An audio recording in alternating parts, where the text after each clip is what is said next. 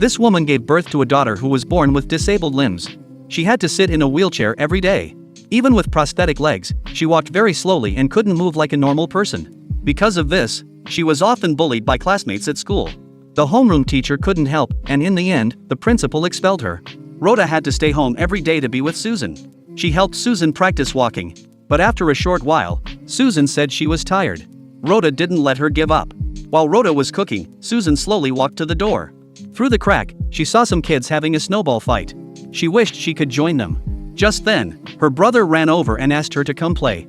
He helped Susan move down the stairs, then told her to stand still and not move around. But Susan really wanted to be with the others. She stepped toward the crowd, but an accident happened. She fell to the ground and hit her head. Rhoda took Susan in an ambulance to the hospital. She got 5 stitches on her head, but luckily there were no other injuries. Rhoda blamed herself. She thought she didn't take good care of Susan. At home, she scolded her son very harshly.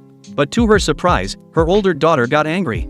She shouted at Rhoda, saying she didn't care about them and only cared about Susan. They felt sad and disappointed in their parents. Rhoda and her husband were shocked.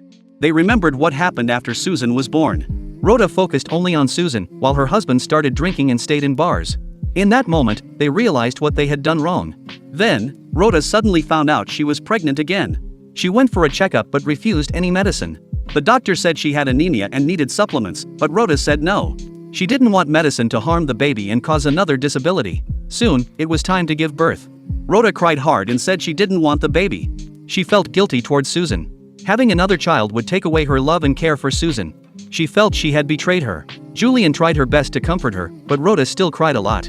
As the contractions grew stronger, Rhoda let out a loud, painful scream. Then a healthy and lovely baby was born. Rhoda held the baby in her arms. After seeing the baby's arms and legs were all fine, she finally felt at peace.